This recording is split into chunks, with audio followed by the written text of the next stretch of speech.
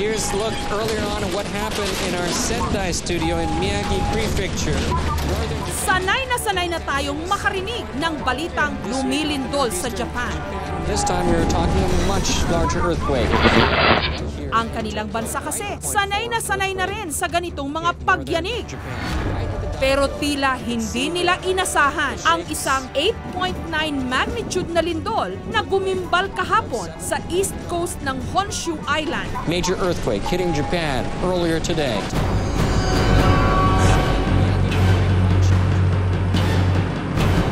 You're seeing live footage of a tsunami engulfing the port area. Kasunod ng malakas na paglindol, nag-alimpuyo naman ang karagatan at lumikha ng mga tsunami o mga dambuhalang alon na tinatayang 33 talampakan ang taas. We're seeing several sets of tsunami hitting. Rumagasa ang tubig dagat at walang awang binangay lahat ng nadaanan nito. Mga bahay, sasakyan, mga naglalakihang gusali, mga bukirin, maging ang airport na ito hindi pinatawad ng rumaragasang alon. Habang tila nilulunod ng baha ang syudad na ito, sumiklab din ang sunog sa maraming gusali, katulad ng oil refinery na ito. An inferno fire breaking out on an oil refinery in Chiba Prefecture. Para bang eksena lang sa isang pelikula. Pero totohanan ang trahedya. At itinuring pang pinakamalakas na lindol sa kasaysayan ng Japan. Mabilis na kumalat dito sa Pilipinas ang sinapit ng Japan na nagdulot ng matinding pag-aalala kay Aling Betty. Kasalukuyan kasing nagtatrabaho sa Nagoya, Japan bilang entertainer ang kanyang anak na si Marialyn, kabilang sa mahigit 200,000 mga Pilipinong naroon. Lalo raw nag-alala si Aling Betty nung biglang naputol ang kanilang usapan sa telepono. Kasi siyempre lindol yan eh. Ang tubig, pag nakikita mo sa TV, lahat, ang bahay parang isang sandaan lang sa tubig yun. Kwento raw ni Marialyn, nasa rooftop daw sila ng isang building kung saan tanaw nila ang nangangalit na tsunami. Siyempre, nandito yung pamilya niya eh. Asya na nag-isa ron eh. Kaya hindi ko maiwasan yung naiyak ako, naawa ako. Matatandaang noong December 26, 2004, tumama ang lindol na may lakas na nasa pagitan ng 9.1 hanggang 9.3 magnitude sa Indian Ocean. Dahilan para lumikha ito ng mga tsunami na may taas na 100 feet na humampas sa mga bansang Indonesia, Sri Lanka, India at Thailand. Sa isla ng Phuket sa Thailand, nagki-Christmas vacation noon ang pamilya ng aktres na si Sherry Hill. Pero ang kanilang bakasyon, naging bangungot. What happened was we saw this very strong, powerful current of the water. Maya-maya biglang tumaas na yung tubig. And I started running to get my kids together. Umabot kasi hanggang sa Pampang ang mga alon kung nasaan naman sina Sherry at ang kanyang pamilya. We didn't know what was going to happen next. It was more of the fear of the unknown because there were warnings of aftershocks. We've seen the strength of the current, the power of what it could do.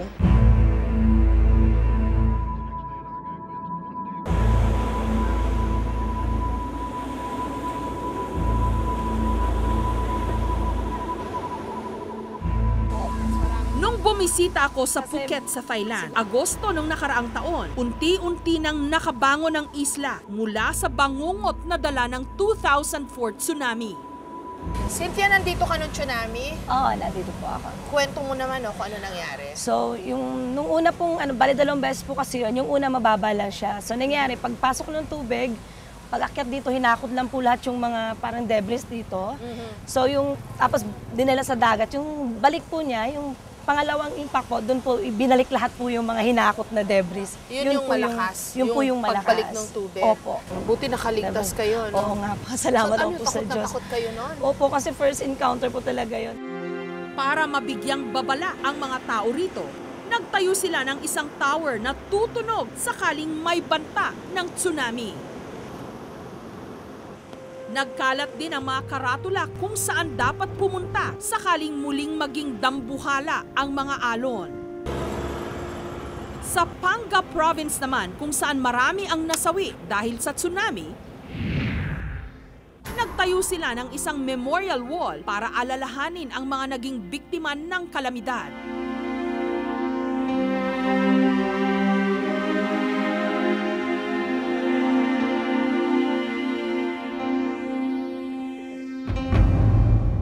Samantala, dahil sa naganap na tsunami kahapon sa Japan, nag-issue ng Tsunami Alert Level 2 sa 19 na probinsya ng Pilipinas.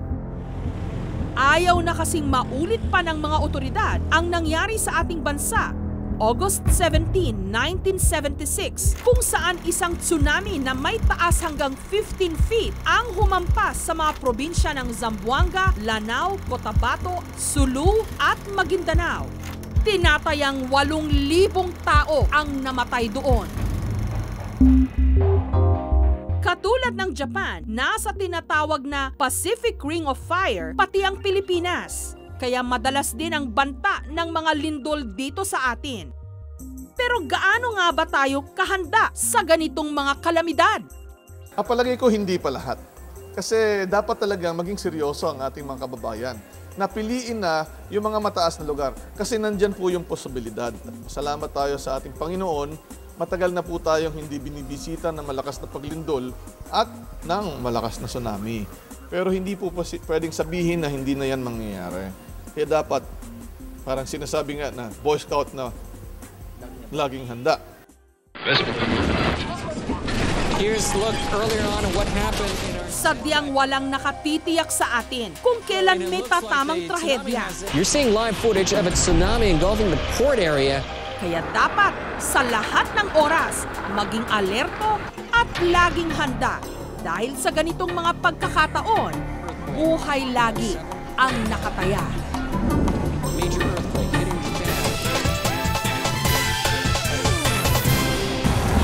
Susunod! Mga hanap buhay na hindi pangkaraniwan pero siguradong pagkakakitaan. Sigurado akong mabubusog ang sino mang kakain itong tinapay.